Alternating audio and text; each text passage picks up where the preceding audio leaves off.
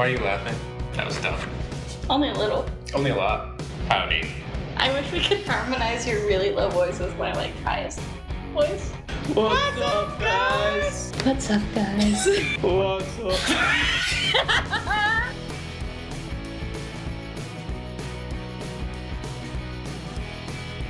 Hey guys, what's up? Thanks for joining us again. I am Mike.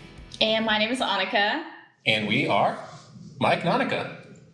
Ta-da! Today we are going to talk about homestead exemptions. If you bought a house in Texas in 2021, you could be eligible. That's right. So it's a new year. So it is a new opportunity to get an exemption on your taxes. So if you bought a home last year, a lot of people don't know it. There are exemptions for your taxes. The most common one being homestead. What does that mean?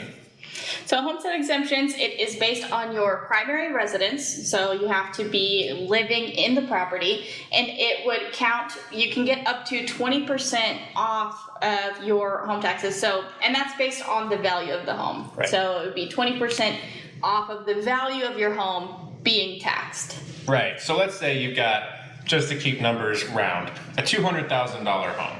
If you got 20% off of your home value, that'll bring it down to $160,000. Had to do some quick maths there. Quick maths. Quick maths. So you will actually be taxed on that $160,000 value versus that full $200,000, which is quite a large difference. Mm-hmm. There are also other exemptions that you may be eligible for, so you want to be sure to check for those as well. And we will post a picture here, and we will include it down in the description. Some different websites specifically around the Houston area that you can access. You'll basically just be going to your appraisal district's website to apply. Yeah, it could not be any easier. The city makes it quite easy for you.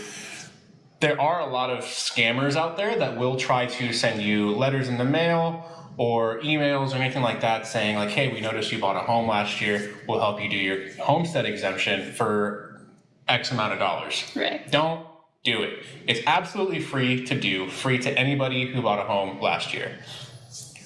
Yeah, and so if you are buying a home in 2022, you are actually able to go ahead and apply for those exemptions ASAP, right after closing, instead of having to wait till the new year. So be sure and keep that in mind. Yeah, that is a new thing that just passed this year. So I know a lot of people that are moving here from out of state are really quite concerned about the tax rates in Houston and in Texas in general. So here's one way to combat that a lot of people don't know about. Annika, tell us about some of the other tax exemptions that you can put on your home. Yeah, so there are a couple other main ones. So if you're a senior citizen or a veteran, those are ones you want to be sure to check into as well. Feel free to give us a shout if you have any questions about how to file for your homestead. We are more than happy to help. It is something that we help with quite often. Mm-hmm.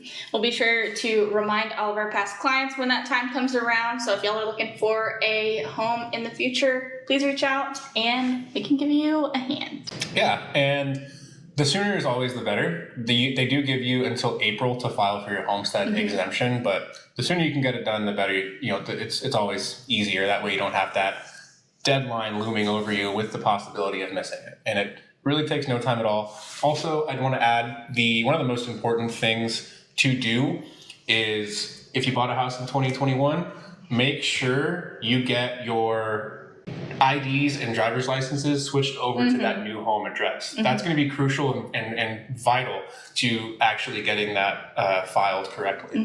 Have to have that address, your current primary residence on your driver's license to be able to get that exemption. So that is going to be a big first step for sure.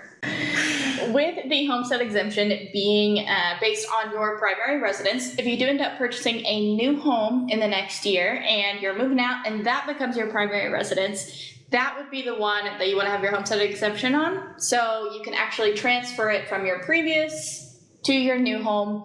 And if you're making the other one your investment property, you would be paying the full taxes on that, but you can get other tax cuts overall for having the investment property in general. So definitely want to be looking into that. Whole other video, might make it later.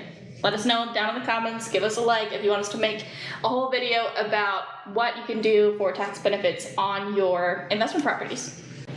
Yeah.